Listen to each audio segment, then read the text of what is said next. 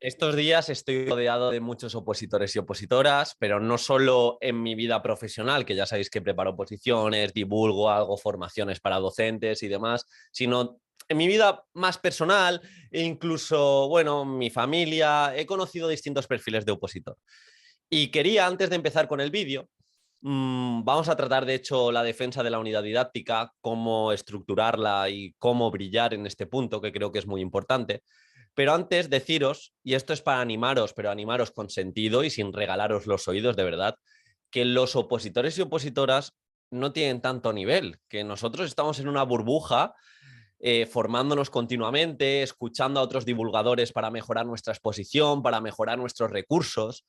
Y desde luego, esto no lo hace la mayoría. De hecho, la minoría de opositores son estos, los que no paráis de formaros, no paráis de ir un pasito más allá, de hacer las cosas con sentido, de intentar conocer cómo funciona el cerebro, cómo evaluar un poquito mejor, cómo puedo dejar la introducción para sonar diferente. Simplemente deciros eso, que en ocasiones estamos en una burbuja, pensamos que todos los opositores se preparan de esta manera, más allá un poco de los criterios y estándares que nos piden convocatoria, pero deciros, y hoy es una felicitación, que lo estáis haciendo muy bien, que estáis aplicando, que vais a innovar con sentido y vais a hacer un muy buen papel, tanto en la exposición como si os queda alguna prueba. De verdad, de verdad, que vivimos una burbuja y también hay que pararse y saber que nuestra formación y nuestra proactividad va a merecer la pena.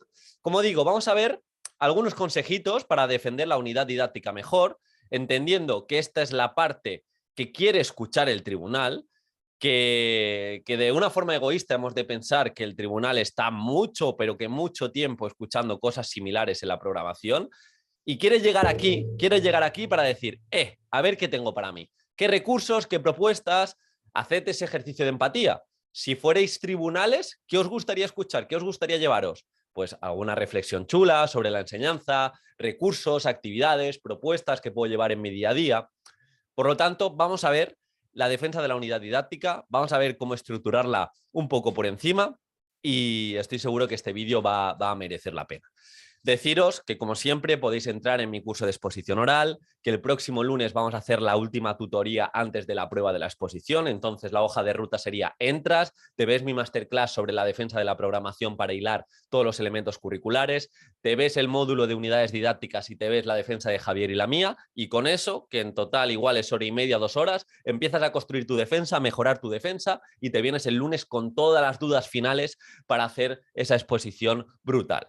Te dejo el enlace en las notas del programa, en el comentario fijado y vamos con ello. Como digo, es muy importante tener en cuenta en la unidad didáctica que nos tenemos que parar y, como dije en el vídeo de ayer, lo más importante es que el porcentaje de tiempo mayor de estos 30 minutos, 20, dependiendo de la comunidad, se la lleven las actividades y las sesiones y vuestras rutinas y vuestra metodología. Eso, si tenemos 30 minutos, sin exagerar, 20 minutos se tienen que ir ahí. Lo tenemos que explicar muy bien. ¿Tengo que defender la unidad didáctica? Sí. He de hacer una buena justificación donde justifique la tarea competencial, los saberes que se va a llevar mi alumnado, si vamos a trabajar algún elemento potente o algún proyecto transversal. Vamos también a entender en qué unidad didáctica estamos respecto a qué conocimientos previos tiene nuestro alumnado, hacia dónde vamos, un poquito contextualizar y temporalizar en el momento en que estamos. Imaginaros que estamos en la unidad didáctica 11 y llevamos algún tipo de autoevaluación. Siempre lo digo, esa autoevaluación va a ser más compleja porque nosotros hemos ido desarrollando el espíritu crítico de nuestro alumnado y dándole herramientas e instrumentos de evaluación para que cada vez se puedan evaluar mejor. Por lo tanto, todo esto lo hemos de tener en cuenta y se ha de dejar claro en la justificación. La justificación no es simplemente definir la unidad didáctica o definir que vamos a trabajar la lectura, sino, como digo, contextualizar un poco la tarea competencial y si vamos a llevar algún tipo de proyecto, educación emocional o alguna metodología activa, justificar ahí muy bien el por qué y el para qué lo llevamos. Luego, ahí yo me decantaría por un porcentaje de tiempo en torno al 10-15%, donde vamos a justificar qué criterios de evaluación vamos a alcanzar, cuáles son los objetivos de una manera muy concreta, muy específica, muy medible, muy realista, que nos ponemos para que nuestro alumnado sepa lo que esperamos de él y también nosotros sepamos hacia dónde vamos. ¿Qué contenidos voy a utilizar para alcanzar esos objetivos? Que los podemos vincular con los de etapa o con los de área, dependiendo de la comunidad y la especialidad que estemos. ¿Qué competencias y ejemplos concretos de las competencias? Y yo no iría que trabajo en las unidades didácticas todas las competencias, sino centrarme en 2 o 3 y que se vea también en las sesiones. Y yo ya empezar a trabajar las sesiones. Aquí muchas dudas. ¿Qué hago, Diego? Explico todas las sesiones, me han dicho en mi academia que explique solo las actividades, que explique solo las sesiones, que explique solo... a ver, yo lo que haría es tener la estructura clara y es lo primero que me tengo que aprender, la estructura de cómo voy a exponer cualquier tipo de unidad didáctica y luego ya como tú quieras. Mi ejemplo es el de siempre. Tenía 6 sesiones, no era de mis unidades didácticas favoritas, pero sí que tenía algunas sesiones potentes. De hecho, de las 6, quizá 2 o 3, una más enfocada en evaluación, otra en la tarea final y otra en el proyecto transversal. Por lo tanto, en la encerrona dije, vale, voy a decir las 6 sesiones, voy a dedicarle en torno a 30-45 segundos a explicar la sesión grosso modo y me voy a detener en concreto en 3 sesiones. En 2 sesiones me detuve más temporalizándolas y explicando todas las actividades y en otra pasé un poco más por encima, pero profundicé más que las que he dicho en el principio. Por lo tanto, vamos a tener la estructura clara, vamos a través de las sesiones, de las rutinas que llevemos, ir contestando y justificando todos los elementos curriculares, si llevamos ese elemento transversal, como en mi caso, una sesión en concreto, pues la dedicaba a evaluar, a saber dónde estábamos, a utilizar distintos instrumentos metacognitivos y esto también os lo recomiendo. Hay otros preparadores, que yo esto sí que lo he escuchado, que recomiendan que presentéis una lista de actividades. También puede estar bien si a través de las actividades que vais a llevar a cabo en las unidades didácticas podéis ir justificando todo, adelante. Yo lo que haría en ese caso sería presentar una serie de rutinas que tenemos al principio de cada clase.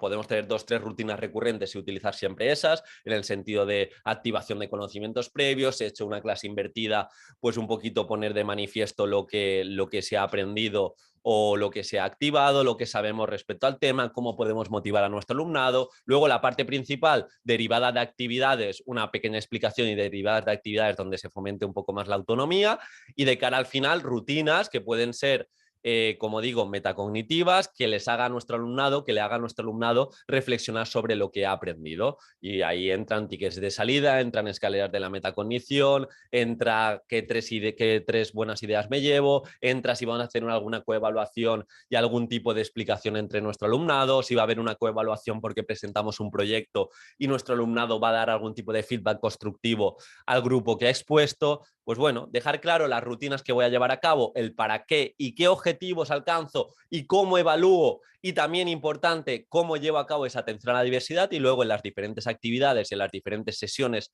si las llevo a cabo y las desarrollo, pues seguimos justificando los elementos curriculares, pero sobre todo que se vea esa práctica, esos recursos, que se entienda muy bien las actividades, el para qué lo hago, muy bien el proyecto, muy bien la metodología activa y sobre todo eso, que se entienda que si llevamos algo quizá poco realista, entre comillas, si no lo explicamos, porque yo puedo decir, voy a llevar una gamificación y digan, estás en primero de primaria, quizá esa gamificación que propones es muy compleja. Puedo pensarlo, que lo puede pensar el tribunal. Entonces, yo se lo concreto, se lo temporalizo, le digo por qué es posible, le digo incluso desde la experiencia cómo lo puedo llevar y no hace falta desde la experiencia, sino desde mi formación y desde mi explicación. Como sabéis, yo cuando me presenté a las oposiciones solo había trabajado un mes y mi experiencia era totalmente nula, pero sí que fui resolviendo todas las objeciones de cara a lo que pensaba que podía tener el tribunal. De hecho, el proyecto transversal que les expliqué, que era un proyecto eTwinning, no lo conocía nadie, de hecho me dijeron, me hicieron así, ¿nos lo puedes explicar un poquito más? Porque iba bien de tiempo y así fue.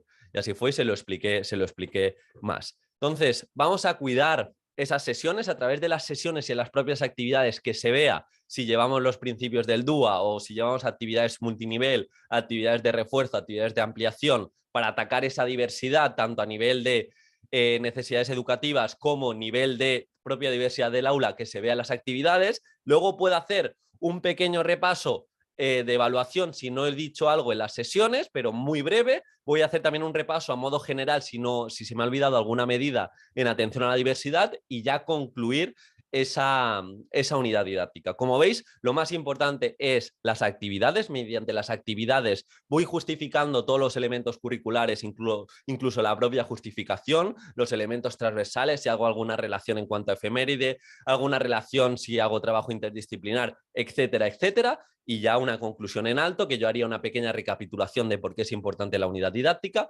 algunos principios a destacar de nuevo que he querido conseguir con mi programación y acabar en alto con una cita, con una reflexión, con una pequeña llamada a la acción, entendiendo o en este caso promoviendo por qué es tan importante nuestra especialidad. Esto creo que sería también un principio muy importante que tengamos en cuenta a lo largo de nuestra exposición, que en algún momento le hagamos ver al tribunal por qué hemos escogido esta especialidad y por qué es tan importante. En mi caso, que era educación física, yo todo el rato defendía que era el área más transversal que existe, que podíamos alcanzar el desarrollo integral de nuestro alumnado, etcétera, etcétera. Pero desde todas las especialidades, si las cuidas y las desarrollas, puedes llevar a cabo este sentimiento, y lo bueno es que como el tribunal va a ser de nuestra especialidad, va a empatizar muy fuerte. Así que espero que os haya ayudado este pequeño vídeo. De nuevo, vamos a priorizar en esa defensa mucho nuestras sesiones, nuestras actividades, que se entiendan, y cualquier duda la puedes dejar en comentarios. Como digo, puedes entrar al curso de exposición oral y te vienes a la tutoría del lunes, y si no, seguimos aportando por aquí. Un abrazo muy fuerte y mucho, mucho ánimo.